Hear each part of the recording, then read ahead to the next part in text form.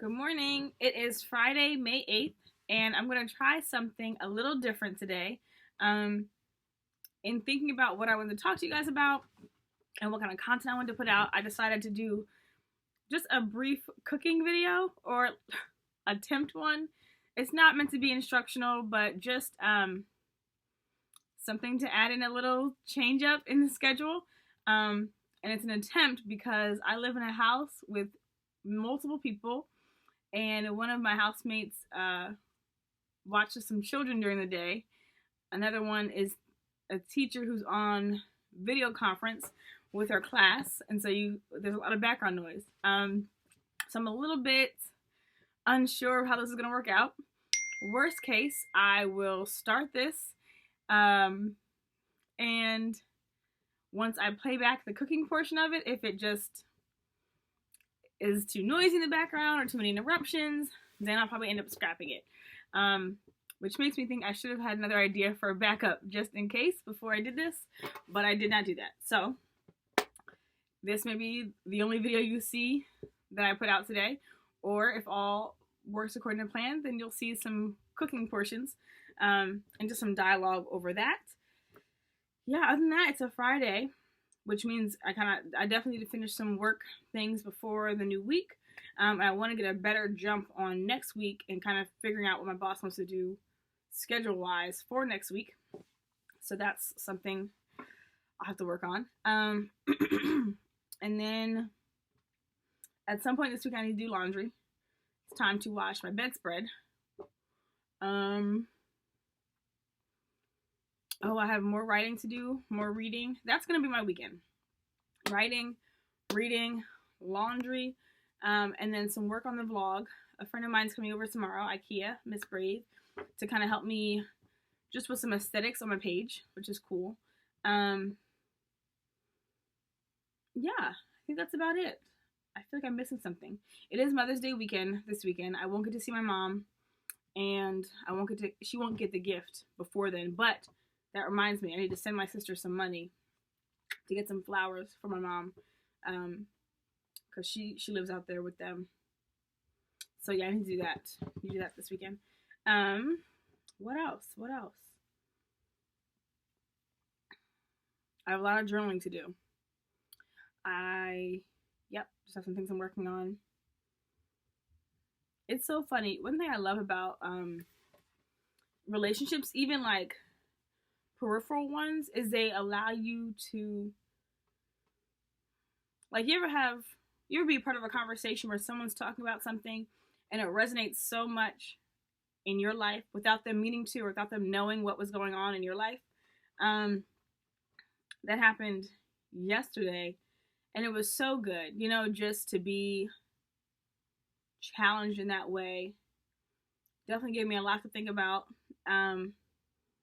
And yeah, right in line with what I was talking about, learning to love better, desiring to love more.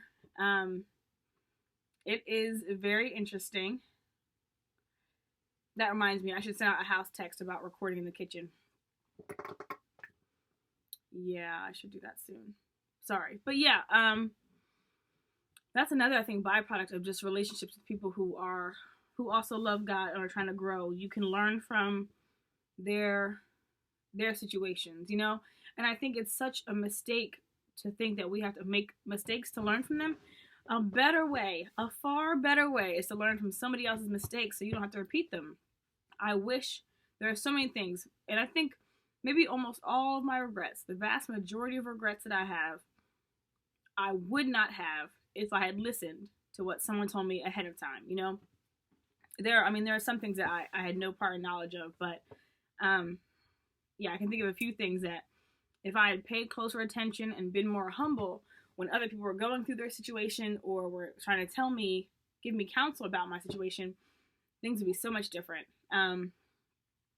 Yeah, we don't have to learn from our own mistakes. So if you're watching this vlog and you hear of something that I'm going through that resonates with you, please learn from my mistake. Don't feel the need to repeat it or test the waters. It's so funny. I had a conversation with my mom recently about my sexual history. I would love to sit here and say I've lived a pure life and I've never made mistakes, but that is just not true. And I called to tell her about one thing, and she did something I did not expect. She asked me more questions about my sexual history, which, if you know my mom, is unlike her. Not because she doesn't care, but because there are some things she would rather not talk about. We didn't talk about sex in our house much. When I was like 13, I think my mom sat me down and talked about some things. And before then, my parents had sat me down and talked to me about, I think it was my older sister, caught me watching pornography one day, and that became a house meeting / intervention. And then there were like repercussions about that after like a long conversation, which was good and necessary, and they should have.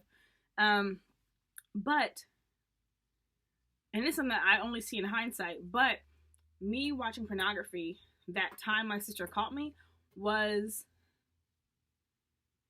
a symptom of a disease that was like running rampant and would run rampant in my life because it wasn't addressed, right? The symptom was addressed.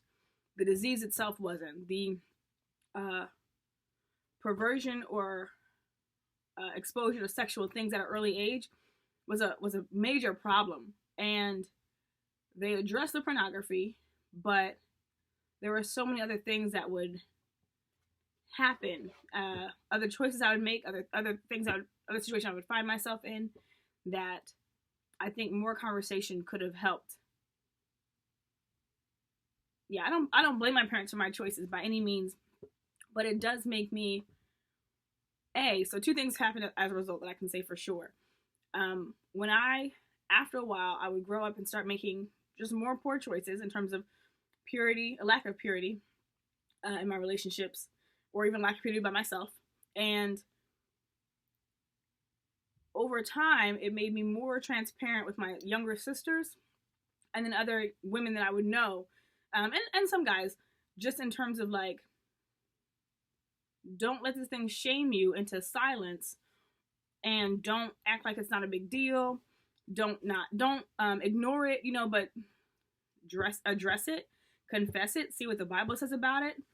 And yeah, I try to be very intentional about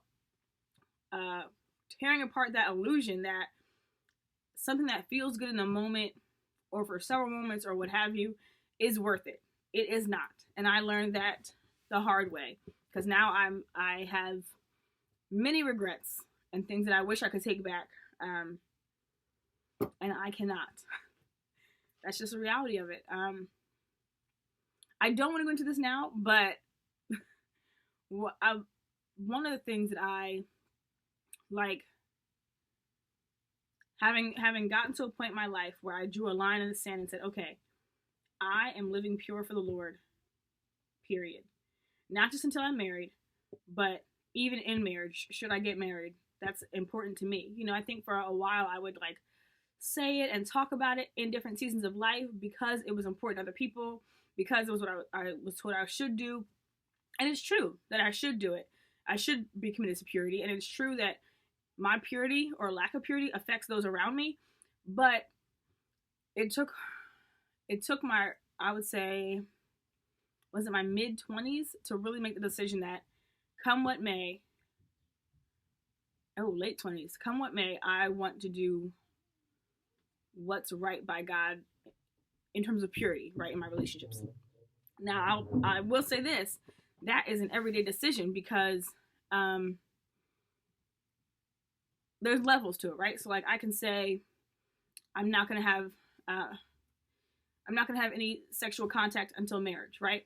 But then it's a whole other decision to say I'm not going to watch movies that are rated R for nudity, or I'm not going to listen to music that discusses romantic relationships, or there's all sorts of like choices that you can make in a pursuit of purity. And at different times in my life, I've been more willing to relinquish control in more of these areas. But it's a daily fight. Like I'm not gonna hold you. It's a daily fight. And I have to like, I have to remind myself often, like, the reason you do this is because God is worth it. If I never get married, if I never kiss another man, if I never know what a spousal relationship is like, never get to enjoy that, my commitment to purity has to still stand, right? It can't stand because there's this like idea that maybe I'll get married someday. Like, it has to stand because God requires holiness, and part of holiness is recognizing that just like he gave me this body and he trusts me with this body and this heart and this soul, he has a lot of weight, like he should, in how this body is used, how I use this body, who I give it to, who I give my emotions to, all these different things. So it took a while to get here, and there's definitely still more growing to go. There's definitely still more ways I can pursue purity. Yeah. As I'm sitting here, I'm thinking of more ways, and honestly, I hesitate because I don't want you to keep me accountable with this. But I think about things like even social media. There are a couple, like, I can think of one famous guy who I find physically attractive, and a while ago I blocked him on Instagram because I was like, oh no, too cute. And I mean, the chances of me meeting this guy are like slim to none, and so I don't necessarily feel compelled to do that with every attractive man there is. But for some reason, this guy was like, you know what, let me just block him now, because I can already foresee this happening. But then, like, if there's attractive men that I see in my everyday or that I work with, that I know, I haven't blocked them. I have blocked some of them. That's not true. I have blocked some attractive guys that I know. Most of them ended up unblocked eventually, but yeah, that's something I think the Lord is even challenging me now. Like, what are more ways you can pursue purity? And stick to it, Well, this took a turn I was not expecting on today. But yes, yeah. The pursuit of purity is important. And it's one I didn't realize was important until, not that long ago. But all this is because I said, learn from other people's mistakes. Learn from my mistakes. Don't wait to pursue purity until you're like mid-20s, 20, whatever. You can start when you're young. Start, help it grow in college. Like, the kind of jokes you laugh at, kind of jokes you listen to, the kind of people you hang out with, the kind of movies you watch, TV you watch, music you listen to, social media accounts you follow, your thoughts. Like, that's the biggest one, your thoughts. Like, you can do all those external things, but if you don't address your heart issues and the things that go in your mind, and you let your mind just run rampant, and like all these thoughts that are not like God, not pure, all the outside stuff, you can do away with it, but we got to deal with us. I got to deal with me. You got to deal with you. So that is today's lesson. If the cooking video does not work out, that will be today's only lesson. So we'll see. I think what I'm going to do is end this video here. And then I'm going to, when I do the cooking video, I'm going to introduce it as if it's a new day. I don't really know. I'm still getting a feel for this, obviously, as you can tell.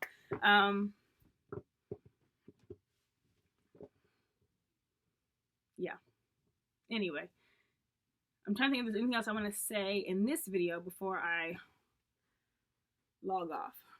I'm thinking probably no.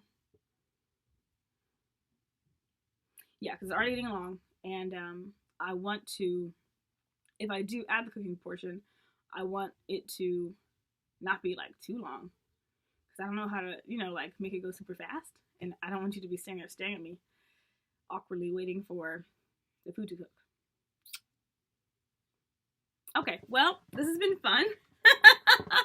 Thank you for sitting and listening, however long you listened. Thank you for coming on this journey with me. Feel free to, as always, ask questions or comment or give feedback.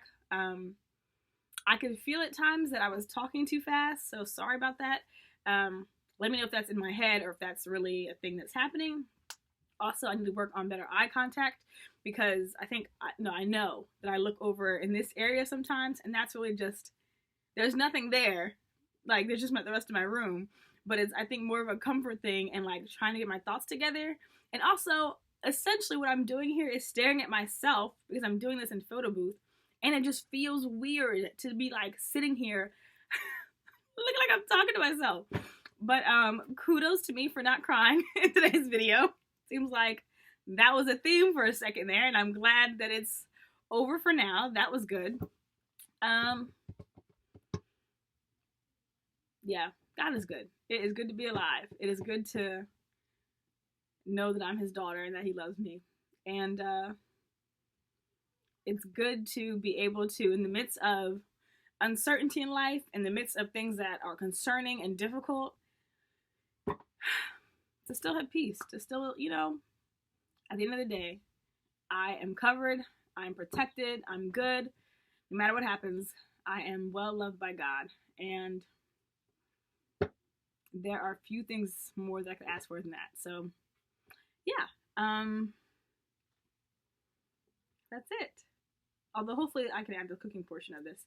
But just in case I can't, I will say goodbye now. And you guys have a great rest of your day. Bye.